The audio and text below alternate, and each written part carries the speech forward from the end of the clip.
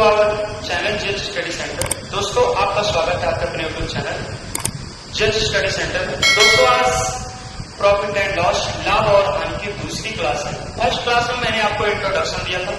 Introduction class में मैंने आपको प्रॉफिट क्या होता है, लॉस क्या होता है, सीपी क्या होता है, एसपी क्या होता है, profit percentage and profit loss percentage के बारे में आपको बताया था। उसमें क्या होता है, आपको मुझे लगता है कि 22 मिनट की वो वीडियो यूट्यूब चैनल पे पड़ी है।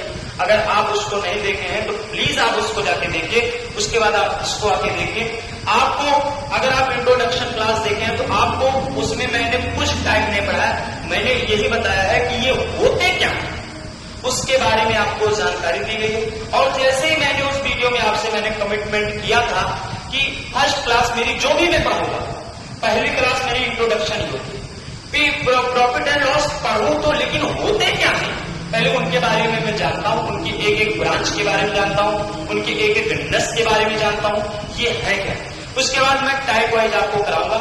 आज आपकी सेकंड क्लास है और सेकंड क्लास में मैंने आपके लिए एक टाइप का क्वेश्चन लेकर आऊं। एक टाइप में 3 क्वेश्चन है और तीनों आपको डिफरेंट लैंग्वेज में आपको मिलेंगे। है एक ही टाइप, लेकिन तीनों के लैंग्वेज थोड़े थोड़े बदले हुए।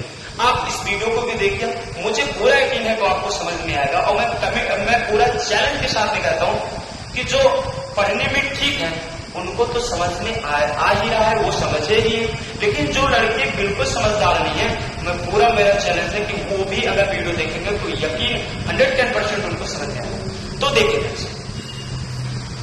पहला क्वेश्चन, एक दुकानदार ने 540 रुपए में एक वस्तु खरीदा तथा 600 रुपए में बेच दिया, तो उसे कितने प्रतिशत का लाभ अथवा हानि।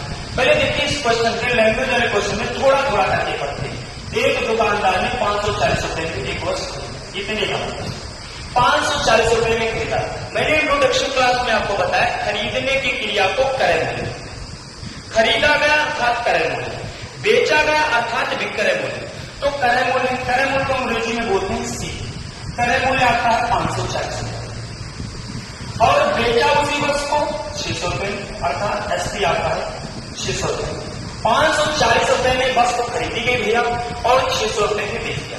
अब आपसे आगे क्या कह रहा है, यहां तक हो गया था क्वेश्चन। अब आगे कह रहा है तो उससे कितने प्रतिशत का लाभ अथवा हानि।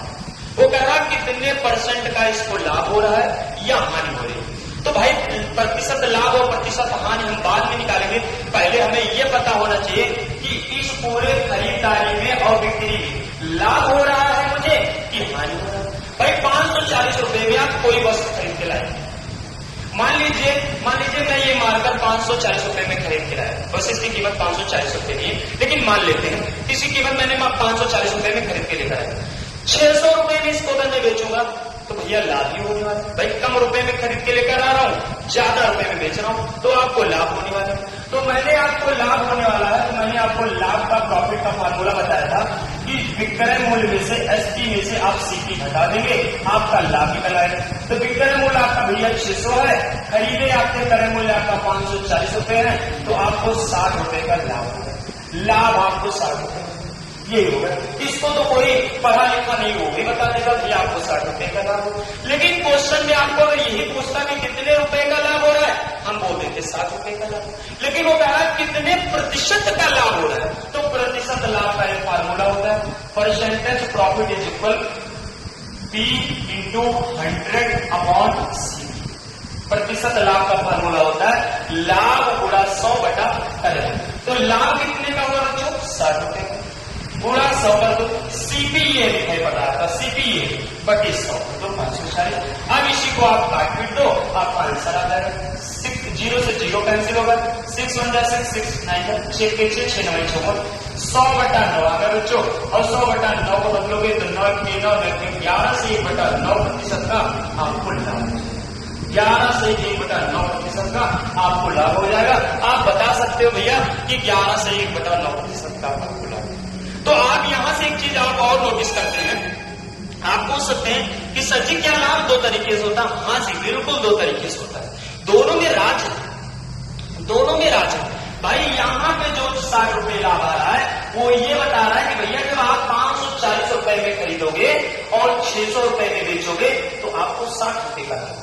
और यहां जो 11 से 1/9% का लाभ हो रहा है, ये बता रहा है कि जब आप वस्तु को 100 रुपए में खरीदोगे, सीपी 100 रुपए है, तो आपको उसमें से क्रय मूल्य अगर 100 रुपए है, 100 रुपए में आप वस्तु को खरीदते हो, तो आपको जब बेचोगे तो आप बेचने में 11 से 1/9% का लाभ लोगे। अर्थात आप बेचोगे उसे तो 100 रुपए में खरीदे थे, 11 से 1/9% का लाभ लिए। अर्थात जब आप उसको बेचोगे भैया तो 111 सही 1/9 रुपया में आप उसको बेचोगे। ये मतलब होता है, समझ में आ गया? तो ये इसका दौरा है। मैंने इंट्रोडक्शन क्लास में ये भी बताया है कि प्रतिशत लाभ और प्रतिशत हानि हमेशा क्रय मूल्य पर ही डिपेंड करते हैं। और क्यों डिपेंड करते हैं, यह आपको मैंने इंट्रोडक्शन क्लास में आपको बताया था। यही नहीं कि मैंने यही बताया कि इस पर डिपेंड करते हैं, ये भी बताया है कि क्यों डिपेंड करते हैं। अगर आप इसको इधर क्यों क्या कब सुनना है कि क्रय मूल्य क्या होता है, वो होता है, तो आप प्लीज इंट्रोडक्शन क्लास आप जरूर देखिए, आपको बेहतरीन तरीके से समझ में ये क्वेश्चन आपका। अब आते हैं सेकंड क्वेश्चन। देखिए इस क्वेश्चन से इस क्वेश्चन में टाइप फर्स्ट ही है, लेकिन लैंग्वेज थोड़ा सा आपका इसमें बदल गया। देखिए कह रहा है कि रमेश ने 20 रुपए प्रति दर्जन की दर से 15 दर्जन कलम खरीदी। इतने का मतलब समझते हैं, इतने का मतलब अभी पूरा नहीं पढ़ा। मैंने बोला लैंग्वेज वाले क्वेश्चन को बहुत थोड़ा थोड़ा करके ब्रेक करके पढ़ते। रमेश ने 20 रुपए प्रति दर्जन की दर से 15 दर्जन खरीदी। 15 दर्जन की बात भी बात करते हैं। 20 रुपया प्रति दर्जन का मतलब क्या होता है? जैसे मैंने बोल दिया कि मैंने 20 रुपए प्रति मार्कर की दर से खरीदा, तो प्रति मतलब एक, इसका मतलब एक मार्कर की कीमत 30 रुपए। सेम है बच्चों, रमेश ने 20 रुपए प्रति दर्जन की दर से 15 दर्जन कलम खरीदी। इसका मतलब हुआ कि रमेश ने 1 दर्जन कलम 20 रुपए प्रति माने एक। इसका मतलब हुआ रमेश ने 1 दर्जन कलम 20 रुपए की खरीदी। और उसने भैया खरीदी कितनी कलम? 15 दर्जन। तो भाई 1 दर्जन अगर वो 20 रुपए में खरीद रहा है, तो 15 दर्जन 20 × 15, इसका मतलब 300 रुपए में खरीद लेगा। 1 दर्जन अगर वो भैया 20 रुपए में खरीद रहा है, तो खरीद कितना दर्जन है? 15 दर्जन। अर्थात वो 20 × 15 300 रुपए में 15 दर्जन खरीदेगा। और खरीदना है तो खरीदना है, इसका मतलब 300 रुपए आपका। मैंने बोला खरीदने की कीमत को सीखी होगी। अब आगे की बात आपको मुझे लगता है समझ में आ गई। अब आगे देखो बच्चों, तथा 18 रुपए प्रति दर्जन की दर से बेच दी। 18 रुपए प्रति, फिर आ गए प्रति माने 1 दर्जन 18 रुपए में बेच रहा। और भाई 15 दर्जन वो खरीद के लाए तो 15 दर्जन बेचेगा नहीं, तो इसका मतलब 1 दर्जन वो 18 रुपए में बेचता है बच्चों, तो 15 दर्जन कितने रुपए में बेचेगा? आप इसको गुणा कर दोगे, 15 × 8 120, 15 × 8 15 और 12 27, 270 रुपए में बेचता है। तो बेचता है इसका मतलब एसपी हो गया, 270 रुपए एसपी हो गया। समझ में आ गया बच्चों? अब ध्यान से समझते हैं। अब यहाँ पे मेरा क्वेश्चन ये आ गया कि भाई 300 रुपए में कोई वस्तु मैंने खरीद के लेकर आया और 270 रुपए में बेच दिया। भाई 300 रुपए में आप खरीद के लेकर आ रहे हो और 270 रुपए में बेचते हो, इसका मतलब आपको हानि हुई। भाई ज्यादा रुपए में खरीद के लेकर आए, जैसे आप ये मार्कर 20 रुपए में बाजार से खरीद के लेकर आए और मैंने बोला भैया ये मार्कर अच्छा लग रहा है मुझे दे दो, और आप इसको उठा के मुझे दे दिया कि ये लो सर आप इससे 15 रुपए में ले लो, तो आपने घाटा दिखाया नहीं खाया। भाई ज्यादा रुपए में खरीद के लेकर आए, कम रुपए में हमको दे दिए, तो आपको हानि होगी। तो यहाँ से वही हो रहा है, 300 रुपए में खरीद के लेकर आया केले को, कलम को, और 270 रुपए में बेच दिया, इसका मतलब हानि हो रही है। तो हानि का फार्मूला भी आपको मैंने बताया था। हानि क्या होता है कि सीपी में से एसपी घट जाता है, सीपी में से एसपी को हटा दो। लाभ होता है तो एसपी में से सीपी घटता है, हानि होता है तो सीपी में से एसपी घट जाता है। तो यहां से 300 में से 270 बच्चों माइनस कर दो, आप बोल सकते हो 30 रुपए की हानि होगी। आप उसको बता सकते हो सर जी इस पूरे कारोबार में 30 रुपए की हानि। अगर क्वेश्चन ये पूछता कितने रुपए की हानि हो रही है, तो मैं बोल देता 30 रुपए की हानि। लेकिन वो आगे कहेगा कितने प्रतिशत का लाभ अथवा हानि हो रही है, प्रतिशत पूछ रहा है। तो मैंने बताया है कि प्रतिशत परसेंटेज लॉस का फार्मूला होता है L × 100 अपॉन क्या होता है C। देखो इसमें प्रॉफिट था, इसमें था। यहाँ जब प्रॉफिट होता था भैया तो P × 100/CP होता था, यहाँ यह है तो L × 100/CP, बस इतना है, बस और कुछ नहीं। अब आगे करते हैं, L कितना आया, लॉस कितना आया, हानि 30 रुपए × 100।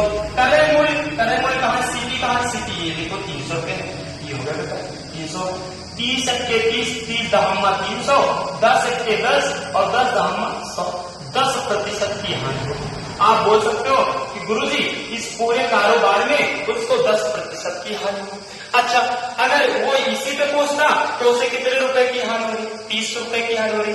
और अगर परसेंटेज में पूछ रहा है तो उसे 10% की हानि होगी। समझ में आ रहा है?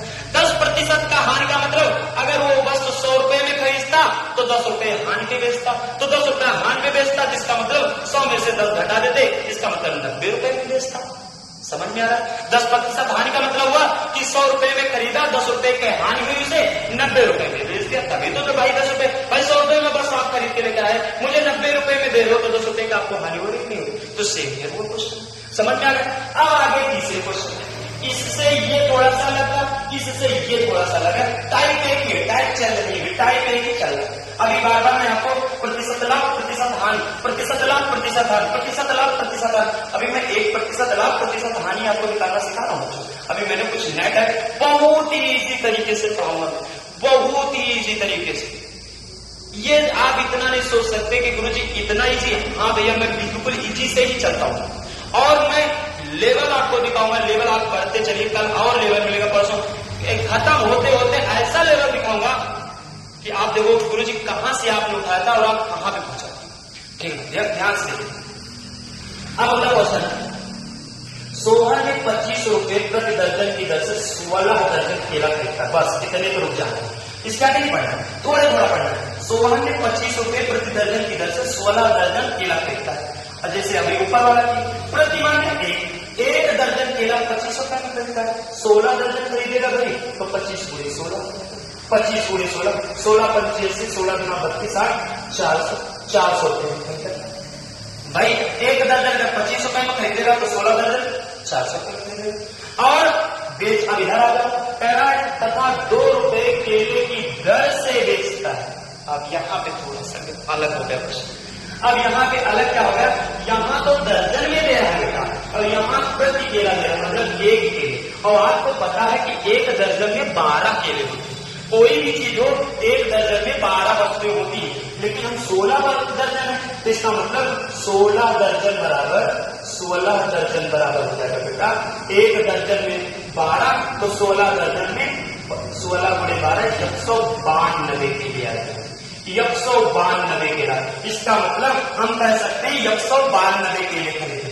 और एक केला कितने रुपए में खरीद बेच रहा है? सॉरी, एक केला कितने रुपए में बेच रहा है? 2 रुपए में। अगर एक केला बेटा 2 रुपए में बेच रहा है, एक केला अगर 2 रुपए में बेच रहा है तो 192 केला कितने रुपए में बेचेगा? कह दो गुरु जी 192 गुणे 2 कर दो, 384 रुपए में बेचेगा।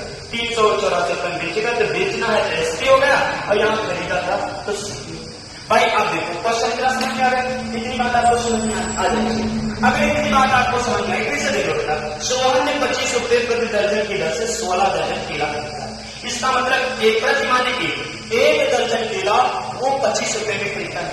16 खरीदेगा तो 25 गुणे 16, इसका मतलब 400 रुपए में खरीदेगा तो मैंने सीख लिया। अब आगे बढ़ेगा, तथा 2 रुपए प्रति केले की दर से बेचता है, इसका मतलब एसपी कर रहा है, बेच रहा है, विक्रय मूल्य। अब यहाँ पे 1 केला, यहाँ तो दर्जन दिया, यहाँ केले दिए।